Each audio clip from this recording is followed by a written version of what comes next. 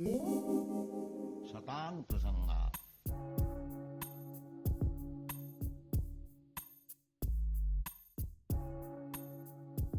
Hare Krishna, dear devotees, and welcome to today's session. How are you doing?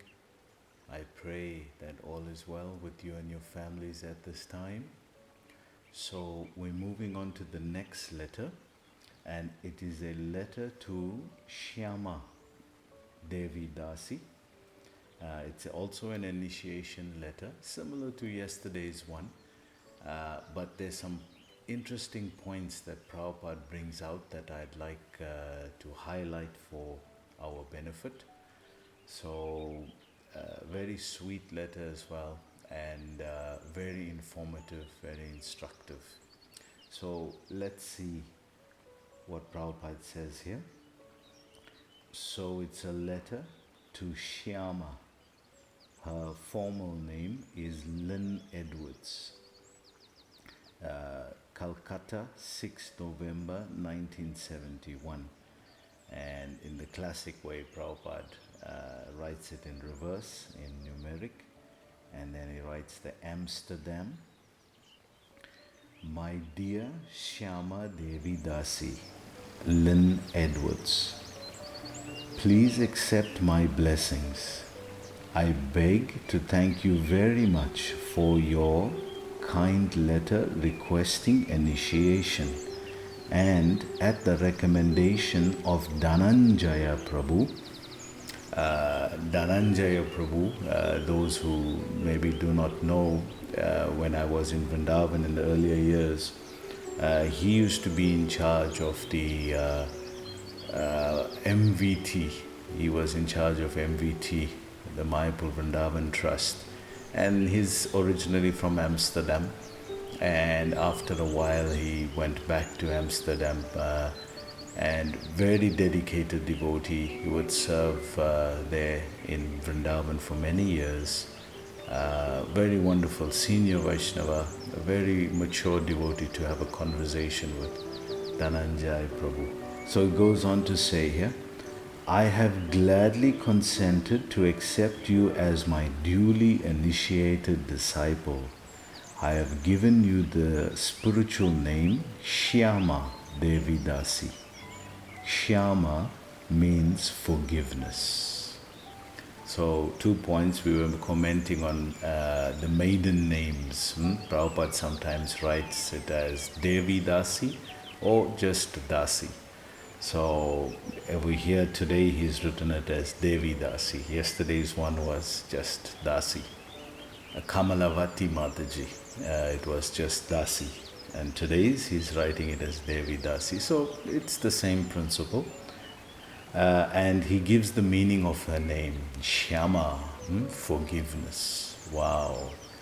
This is a very powerful attribute of a Brahmana. Shyama Dama Tapassocham Shanti Rajavam Evacha Jnanam Vijnanam Astikim Brahma Karma Swabhavaja. So this chapter 18 verse 42 describes the 8 qualities of a Brahmana, and it shows that these qualities that he has, it may be simple qualities, but it's very powerful and very effective when it's used. Tranquility, peacefulness, purity, jnanam, knowledge, vijnanam, realized knowledge.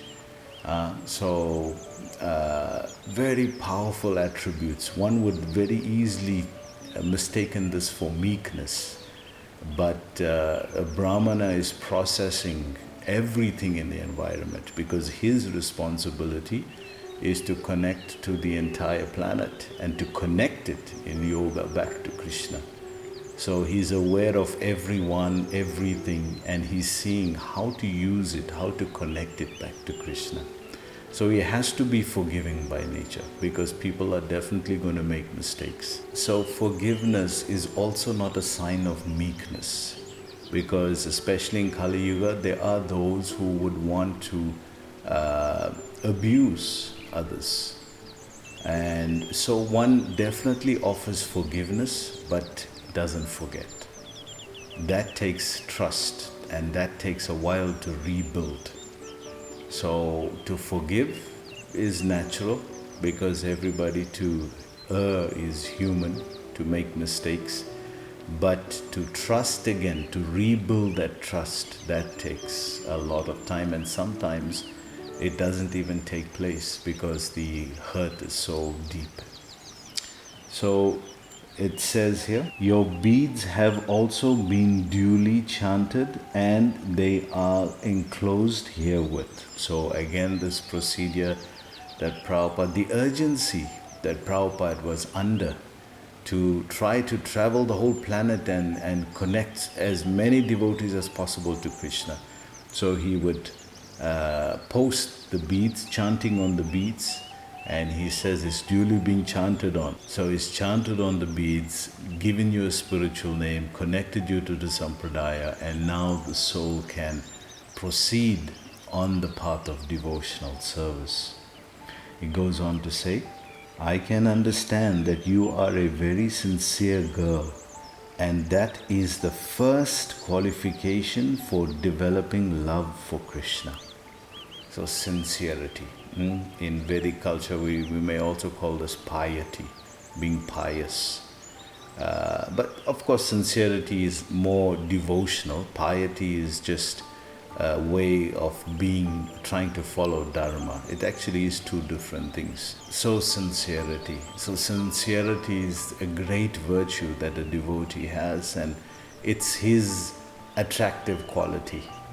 That Krishna is all attractive. Krishna means one who is all attractive. But sincerity attracts him. That sincerity, when it's developed, it becomes love, deep levels of love. But that attracts the all attractive. So how is he all attractive? So when it comes to rasa, or the mellows of love, then Krishna is not all attractive.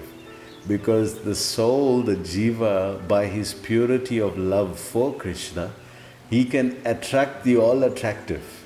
This is Radharani's name, Madana Mohini.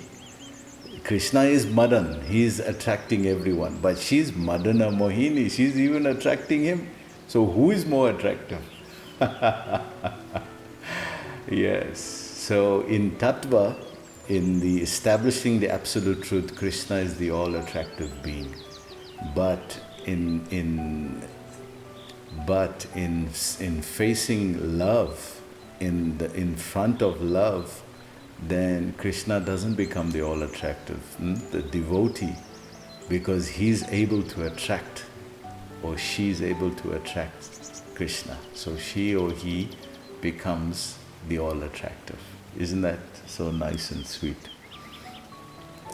Prabhupada says here in the letter, now increase that sincerity more and more by engaging yourself wholeheartedly and with great enthusiasm for serving Krishna. So he's saying, yes, sincerity is the starting point. That's the starting point of love. Now increase that. Let it grow. It must grow. It must thicken. Prabhupada would say, boiling the milk. Milk is very liquidy, but when you boil it, it gets thicker and thicker and thicker and thicker. So our sincerity, our devotion, our love also has to become like that, thicker and thicker. And Prabhupada says this, and serving Krishna, and very soon love of Godhead will fructify. So very soon that will mature into love of God. Can you see? I mean, this is just a new devotee, and Prabhupada is already talking about the sadhya, the goal, the conclusion. And it's really incredible that, these devotees, new people, new young devotees can actually have a understanding of such deep Vedic Siddhanta, Vedic conclusions. Prabhupada then says, you will become more and more happy in this life, and in the end will go back home, back to Krishna. Wow. So by practicing Krishna consciousness, this is the ultimate goal. You know, we actually want to be happy here. We actually want to try to, whatever the misery of this material world is, we actually still want to try and live here. And we have to live in happiness. Anandamayo bhyasat. We have to live in happiness. The soul is always searching for happiness. That's why our material understanding of it is comfort. And when material things are comfortable, we're happy. As soon as they're uncomfortable, not happy. So we're always searching for that happiness. So who are we searching for actually? We're searching for Krishna. We don't realize it, but we're actually searching for Him because He's the source of all happiness. Prabhupada goes on to say, to enjoy eternal life. See, Krishna consciousness is enjoyable. Susukam kartam avyayam. 9.2, Krishna says, Raja Vidya Raja Ghuyam Pavitram Idam Uttamam Pratyaksha Bhargamam Dharmam Susukam Kartam Avyayam. Says Arjuna, this is the king of knowledge, what I'm telling you. Raja Vidya, king of knowledge, Raja Ghuyam, it's most secret thing, the king of all secrets. And Pavitram, it's the purest knowledge. Idam Uttamam, Pratyaksha Vargamam Dharmam. It gives direct perception of the self, not through the eyes, but through realization. That is a powerful sentence. It gives direct perception of the self through realization. And Susukam Kartam Avyayam. It is Susukam. Sukha, you know, happiness. Susukam is joyful.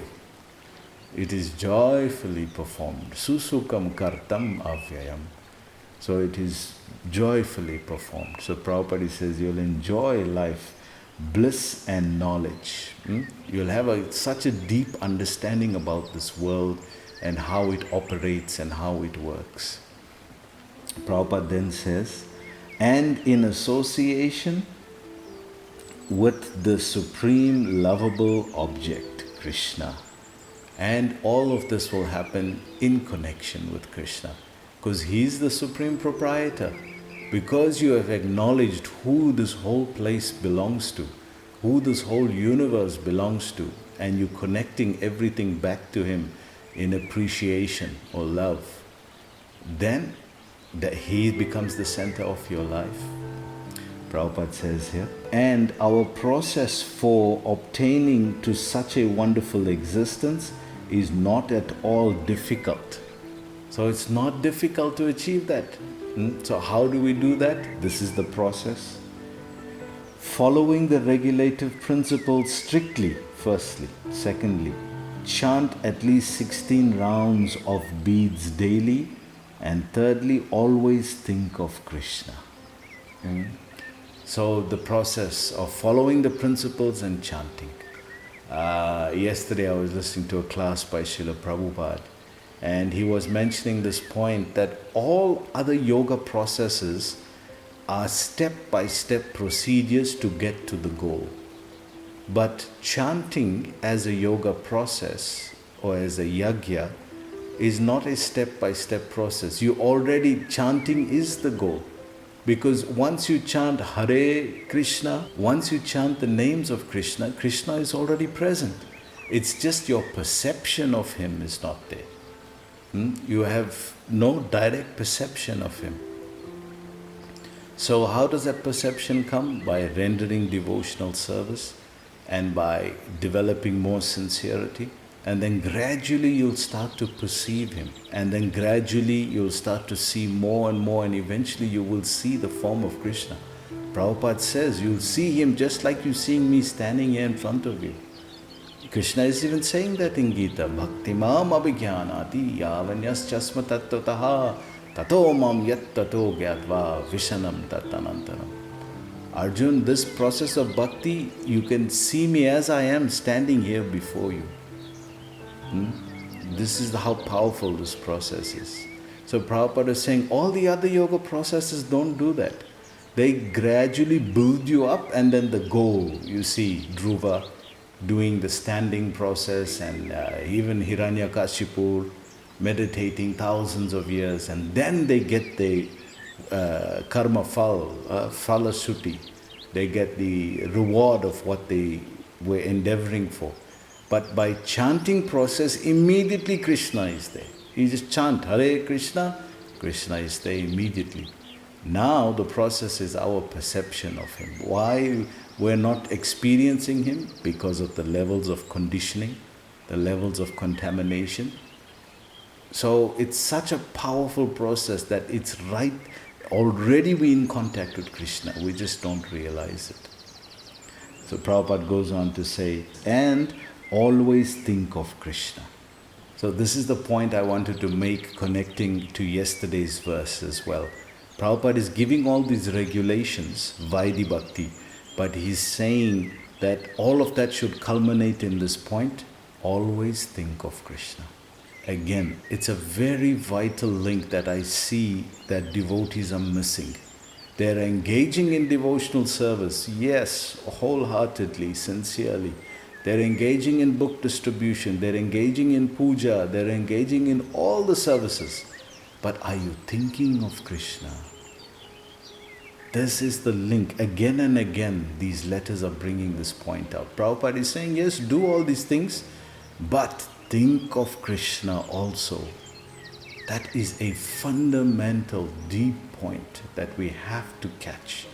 If we miss that point in our practice, we could go on for another life and another life, and we'll miss the point of connecting to Krishna.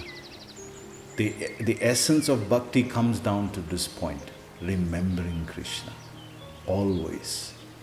All of the practice that we're doing, the devotional service, should bring us as a culmination to that point. That's why it's so essential. One devotee was asked once, I'll give you 3 minutes. Tell me something about Krishna and don't repeat yourself. And the only things we can describe are adjectives. If we don't have anything substantial, what will we describe? Just adjectives. That Krishna is nice, Krishna is good, Krishna is kind, Krishna is... These are all adjectives. Can you say something, describe his lotus feet? Can we describe the symbols on his lotus feet? Can you describe his features? Can you describe his face? Describe his mukut? Because we don't know. It's not that the knowledge is not there. It's there, but those things are not attracting us right now. Now we want information and knowledge. We want something new. Let's hear somebody who will speak something new. Because we are still on the mental platform. We haven't entered the heart area yet.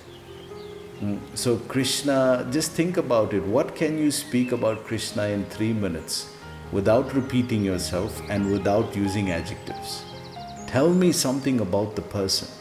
Not that, don't just describe the person, that is good, nice, kind, beautiful. These are descriptions. Tell me something about the person. So you'll have to read, you'll have to hear about him in order to do that. So can we see how far we are from actually knowing Krishna?